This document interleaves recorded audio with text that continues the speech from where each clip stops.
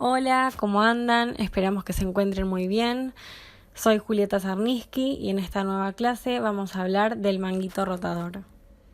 Estamos viendo una vista anterior de la articulación del hombro o lenumeral. Para ponernos en contexto, esta articulación une el húmero a la escápula. Por lo tanto, pone en conexión el miembro superior con la cintura pectoral, a través de los elementos óseos, como dijimos por ejemplo el húmero, la escápula, así como músculos de la cintura pectoral y también ligamentos. La articulación del hombro tiene como medios de unión de profundo a superficial a la cápsula articular, después a los ligamentos glenumerales y el coracumeral, que carecen de firmeza necesaria para impedir las luxaciones anteriores de la cabeza humeral, y por último también tiene como medios de unión a lo que se conoce como manguito rotador, que es de lo que vamos a hablar en esta clase. El hombro entonces, por esto mencionado, es muy susceptible a lesiones que puedan llevar a su dislocación. ¿Qué es el manguito rotador? Es un conjunto de 4 músculos periarticulares que forman una corona muscular que rodea a la articulación del hombro. Como se ve en estos dos dibujos, este grupo muscular está conformado por el subescapular hacia anterior, el supraespinoso hacia superior y el infraespinoso y el redondo menor hacia posterior. Estos refuerzan la articulación del hombro, además de proveerle mayor movilidad. En esta diapositiva vemos por un lado a la izquierda una fotografía y por otro lado a la derecha una resonancia magnética. Recuerden que decimos que es una resonancia magnética guiándonos a través de la cortical del hueso que se ve hipointensa. Ambas dos muestran un corte sagital más o menos a la misma altura. Para poder ubicarnos espacialmente necesitamos reconocer ciertas estructuras o referencias anatómicas, como por ejemplo lo que vemos marcado con el número 1 hace alusión al acromion hacia superior y posterior. Con el número 2 a la apófisis coracoides, que la encontramos más anterior, y con el número 3 a la cavidad glenoidea, que es bordeada por el labrum glenoideo, que está señalado con el número 4. El labrum, si bien recuerdan, aumenta la superficie articular.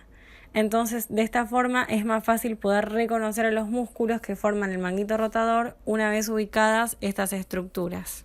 Entonces, como muestran las flechas, podemos observar en naranja el supraespinoso, en verde el infraespinoso, en celeste el redondo menor y en rosa el subescapular. El manguito rotador se conoce también con el nombre de ligamentos activos. ¿Y por qué se les llama ligamentos activos? Porque estos ligamentos activos en realidad son músculos peri o juxta articulares que se insertan alrededor de la articulación y están en íntimo contacto con ella, además de en íntimo contacto con la cápsula articular. Además, estos son músculos firmes que acompañan y constituyen un refuerzo muy eficaz a la acción pasiva de los verdaderos ligamentos fibrosos, como mencionamos antes, los glenumerales y el coracumeral. Y por último, pero no menos importante, aportan mayor movilidad y protección a la articulación. Como dijimos, lo ubicamos al manguito rotador en la periferia de la articulación, pero sin embargo, varios de estos músculos tapizan íntimamente la cápsula articular, principalmente por la cara posterior, y en el punto en que los tendones se ponen en contacto con la cápsula, se fusionan. Bien, vamos a agregar algunas consideraciones a saber, más allá de estos músculos del manguito rotador, acerca de otras relaciones musculares bien adyacentes a la articulación que son de importancia. Por un lado, encontramos a la cabeza larga del músculo bíceps braquial, la cual se origina del tubérculo supraglenoideo y labrum de la escápula y atraviesa la cápsula articular, o sea que la encontramos dentro de la misma pero fuera de la membrana sinovial, lo que quiere decir que este músculo es intracapsular pero extrasinovial, y luego discurre por el surco intertubercular en la cara anterior del húmero. Por otra parte, encontramos la inserción de la cabeza larga del músculo tríceps braquial a nivel del tubérculo infraglenoideo, el cual se adhiere, como se ha visto, a la cápsula también, reforzándola. Bueno, vamos por partes. ¿Dónde se inserta el manguito rotador? Para empezar, hacia anterior encontramos el músculo subescapular, que se inserta en toda la extensión de la fosa subescapular hacia el tubérculo menor del húmero. Es el único músculo que se inserta en el tubérculo menor del húmero, recuerden. está en contacto con la sinovial a través del foramen oval. Si recuerdan, el foramen oval es el punto más débil de la articulación del hombro y está ubicado justo entre los ligamentos glenohumerales superior y medio. Este foramen oval está obliterado o cubierto por el tendón de este músculo. Por otra parte, hacia superior encontramos al músculo supraespinoso, que se inserta en la fosa supraescapular y va hacia la cara superior del tubérculo mayor.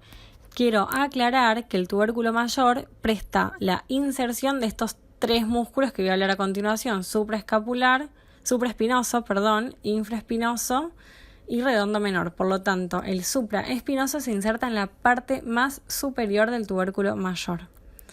En el trayecto de inserción del supraespinoso se adhiere al ligamento coracumeral. Este músculo constituye así un sostén para la cabeza humeral y actúa como un agente potente y primordial para comenzar la abducción del brazo. Por otra parte, hacia posterior encontramos el infraespinoso y el redondo menor. El infraespinoso se extiende desde los 2/3 mediales de la fosa infraespinosa hacia el tubérculo mayor del húmero. Se lo encuentra un poco más hacia inferior de la inserción del supraespinoso en la parte media. Y por último tenemos la inserción del redondo menor, que también es un músculo que se encuentra hacia posterior, y lo encontramos desde la parte superior del borde lateral de la escápula y se inserta en la cara posterior y más inferior del tubérculo mayor del húmero. ¿Cuál es la función del manguito rotador?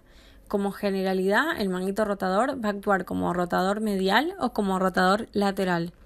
Para poder realizar una correcta rotación medial y lateral, el codo se debe flexionar a 90 grados sobre el brazo y mantenerlo unido al tronco.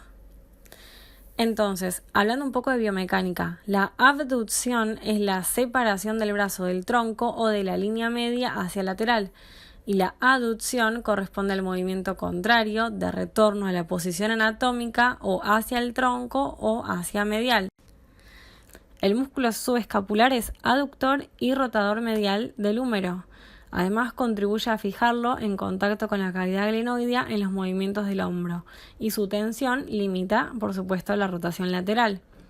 El músculo supraespinoso fue considerado mucho tiempo como muy escasa su función, pero en la actualidad sabemos que la contribución del supraespinoso en la abducción, como mencionamos antes, especialmente en el inicio, se jerarquiza como esencial.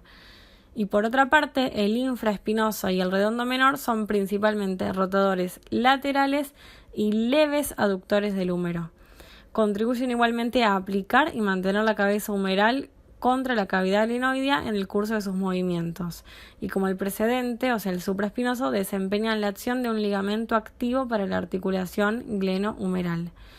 Es importante aclarar que, por supuesto, para estos movimientos antes mencionados intervienen también otros músculos de la cintura pectoral.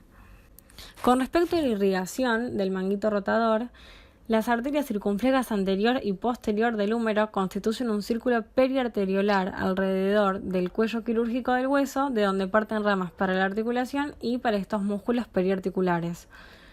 También van a recibir algunas ramas procedentes desde el posterior, que son originadas de la arteria supraescapular, como se ve en la foto.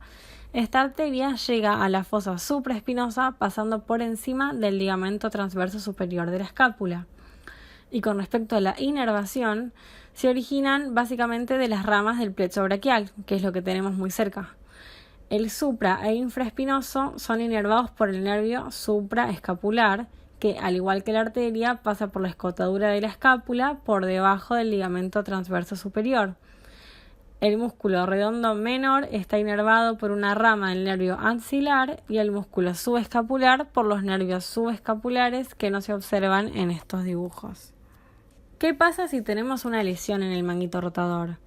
La misma se produce cuando se genera un aumento de presión de forma brusca o repetitiva, o sea que puede ser en forma aguda o más crónica, sobre el espacio subacromial, que es por donde pasan los músculos del manguito rotador desde su lugar de origen hasta su sitio de inserción. Esta lesión, puede generar fenómenos inflamatorios que, si persiste el estímulo, desencadenan fenómenos degenerativos que incluso llegan a producir la ruptura de estas estructuras musculares, lo cual va a debilitar de modo considerable la articulación. Acá les dejamos la bibliografía utilizada para cualquier consulta que puedan llegar a tener. Muchísimas gracias por su atención, esperamos que este video les haya sido de utilidad. Nos vemos en el próximo video. Juli y Gonza.